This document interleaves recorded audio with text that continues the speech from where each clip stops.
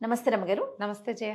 రమ్మగారు, మనకి ఈ మాసంలో శివరాత్రి ఉన్నింది. ఈ సందర్భంగా ఏదన్నా శివాలయాల గురించి, ప్రత్యేకమైన శివాలయాల గురించి మాట్లాడుకుందామండి. అట్లా ఏదైనా ఒక ఆలయం గురించి. ప్రపంచంలో ఎక్కడా లేని విధంగా ఉన్న ఆలయాలు కొన్ని ఉన్నాయి జయ మనకి. మన భారతదేశంలోనే ప్రత్యేకమైనవి ఉన్నాయి. మనం పంచారామాలని, అవును. తర్వాత ఏమో పంచభూతలింగాలు, జ్యోతిర్లింగాలు, మనం ఇలా విశేషంగా చెప్పుకుంటామా. ఈ విశేషపు ఆలయాల్లో కూడా ఇంకా వేటికి సంబంధం లేనక్కడ కొత్తగా ఉండేది, డిఫరెంట్గా ఉన్నది, చాలా ప్రత్యేకమైన ఆలయాలు కూడా బోల్డ్ ఉన్నాయి. మనం తిరుపతి వెళ్ళామనుకో, కపిల తీర్థం వెళ్తాం. అవును. కపిల తీర్థం ఒక ఆలయం. కపిల తీర్థం సంగతి మళ్ళీ తిరుపతి ఆలయాల గురించి చెప్పినప్పుడు చెప్పాము అది. అవును, చెప్పుకున్నాం. అయితే ఈ తిరుపతి నుంచి మనం ముందుకి ప్రయాణం చేస్తే కాళహస్తి ఆ వైపుకి వెళ్తాం కదా. శ్రీకాళహస్తి కూడా మనం చెప్పుకున్నాం. ఎప్పుడూ చెప్పని పరశురామేశ్వర ఆలయం గురించి చెప్తాం. గుడిమల్లం పేరు చూడు. గుడిమల్లం అంటే గుడి పల్లం అట.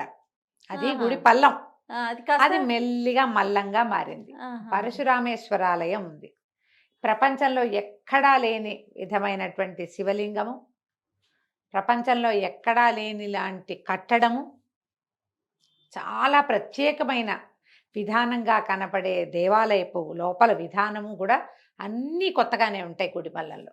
ఆర్కియాలజీ డిపార్ట్మెంట్ వాళ్ళ ఆధీనంలో ఉంది ఆలయం.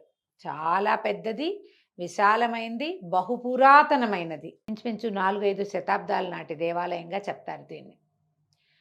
ఇందులో ఉన్న శివలింగం కూడా అత్యంత ప్రత్యేకమైనది. అసలు అలాంటి శివలింగం భూప్రపంచం మీద లేదు. ఆ శివలింగం బ్రౌన్ కలర్లో ఉంటుంది, గోధుమ రంగు రాయి. అది నిజానికి భూమి మీద దొరికే రాయి కాదట. అదేదైనా గ్రహశకలం అయి ఉండొచ్చు అన్న మాట కూడా వినపడుతుంది. అబ్బా. భూమి మీద దొరికే రాయి కాదు, పూర్తి రాయిగా కూడా ఉండదు. ఆ శివలింగపు పరిమాణము, విధానము, అంటే దాని రూపము కూడా కొత్తగా ఉంటాయి.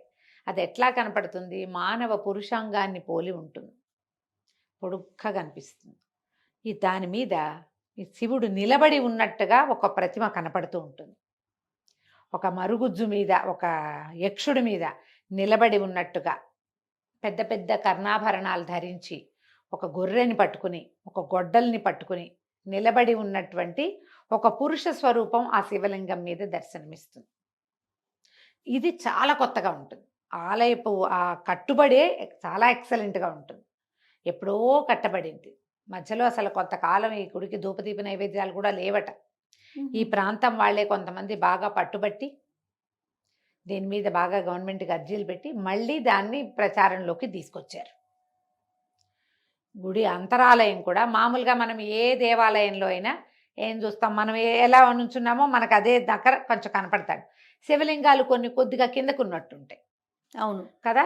మన ఇటీవల కాలంలో ఎక్కడికి వెళ్ళాం మేము, కొన్ని చోట్ల దేవాలయాలు కొద్దిగా ఒక అడుగు కిందకు ఉన్నట్టు కనిపిస్తాయి. మన ఈ హైదరాబాదు చుట్టుపక్కల దేవాలయాలు చూసాం ఈ మధ్య. ఈ చెరువుగట్టు అక్కడ కూడా కొద్దిగా కిందకున్నట్టు. ఇది అట్లా కాదు, బాగా లోతుగా ఉంటుంది. మెట్లు దిగి లోపలికి వెళ్ళాలి. సాధారణంగా అందరినీ ఆ దిగి లోపలికి రానివ్వరు. మనం నుంచుంటామా, శివలింగం లోతుగా కింద కనపడుతుంది. కింద మళ్ళీ ఏదో ఆయన ఒక్కడే ఇరుక్కున్నట్టు కాదు, పెద్ద ప్లేసు. ఈ అర్చకుడు చక్కగా స్థిమితంగా నిలబడి చుట్టూతా ప్రదక్షిణ చేయడానికి అన్నిటికీ వీలుగా ఉన్నట్టే కనిపిస్తుంది మనకి. కింద నుంచి ఆ దేవాలయం మధ్యలో ఇట్లా నిట్టనిలోన నిలబడి ఉన్నటువంటి మానవ పురుషాంగాన్ని పోలి ఉన్నటువంటి శివలింగం కనపడుతుంది. దేవాలయము గజపృష్ఠాకారంలో కనిపిస్తుంది. ఈ మండపం అంతా మనకి గర్భాలయం. గజపృష్ఠం అంటే ఆ ఏనుగు తాలూకు వెనక భాగాన్ని పోలి ఉంటుంది. ఎంత ప్రత్యేకంగా కనిపిస్తుందో గుడి.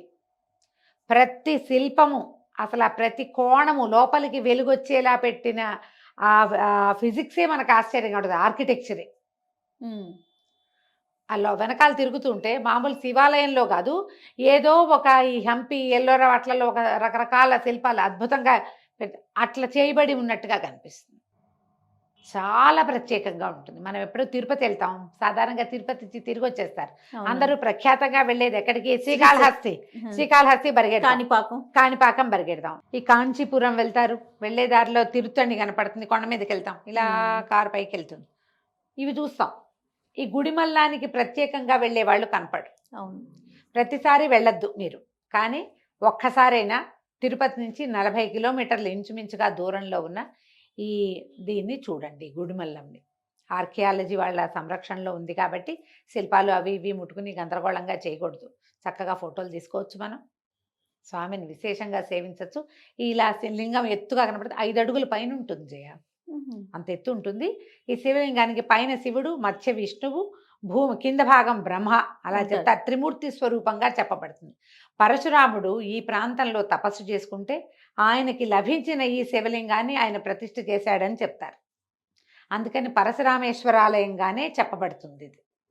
ఆయనే పూజించాడని, ఆయనే ఇది ప్రతిష్ఠ చేశాడని. పరశురాముడు అంటే ఏనాటి పరశురాముడు? అవునవును. అప్పటిది అనమాట. ఇది మొదట్లో దేవాలయం లేకుండా అట్లా ప్రతిష్ఠ చేసి ఉంచిందని, తర్వాత దీని చుట్టూతా దేవాలయం నిర్మింపబడిందని కూడా చెప్తారు. విశేషంగా ప్రత్యేకంగా అసలు మనం ఎక్కడా చూడని రకంగా మనకి కనపడుతుంది. గుళ్ళోకి వెళ్ళేటప్పటికి ఒక ఫీలింగ్ వస్తుంది జయ. చుట్టూతా తిరిగేటప్పుడు ఇంకో రకం భావన వస్తుంది, కొత్త దాంట్లోకి వెళ్తున్నట్టు. మన స్వామికి ఎదురుగుండా నిలబడ్డాక, ఆ పరమేశ్వరుడు ఆ లింగమూర్తికి ఎదురుగుండా నిలబడ్డాక అప్పుడు ఏమవుతుంది, మనం ఎక్కడికో వెళ్ళిపోతాం. మనం ఎప్పుడు చూడలేదే ఇట్లా, అవును. ఈయనేమిటి ఇట్లా ఉన్నాడు అలా అనిపిస్తుంది. ఒక దీని మీద మరుగుజ్జాకంలోని ఒక యక్షుడి మీద నిలబడ్డట్టుగా కనపడతాడు ఆ శివుడు. తలకున్న ఆభరణ, పైగా ఆ ప్రతిమ కనపడుతుంది కదా, శివమూర్తి కనిపిస్తుంటుందా, ఆయన ఒక పంచ కట్టుకున్నట్టుగా కూడా కనిపిస్తుంది. ఆ పెద్ద పెద్ద కుండలాలు కనపడతాయి. ప్రపంచంలో ఎక్కడా లేదు. ఎక్కడా లేదు. ఆ రాయి లేదు, ఆ స్వరూపము లేదు. మొత్తం ప్రత్యేకంగా ఉంటుంది. ఈ గుడి తాలూకు కన్స్ట్రక్షన్ కూడా ఎక్కడా లేదు. బయట మనకి 4 పక్కల దేవాలయాలు కనిపిస్తే, ఒక సూర్య దేవాలయం ఉంది, చిన్న మండపం, అమ్మవారు కనపడుతుంది. తర్వాత వల్లి దేవసేన సమేతంగా సుబ్రహ్మణ్యం కనిపిస్తాడు, గణపతి కనపడతాడు.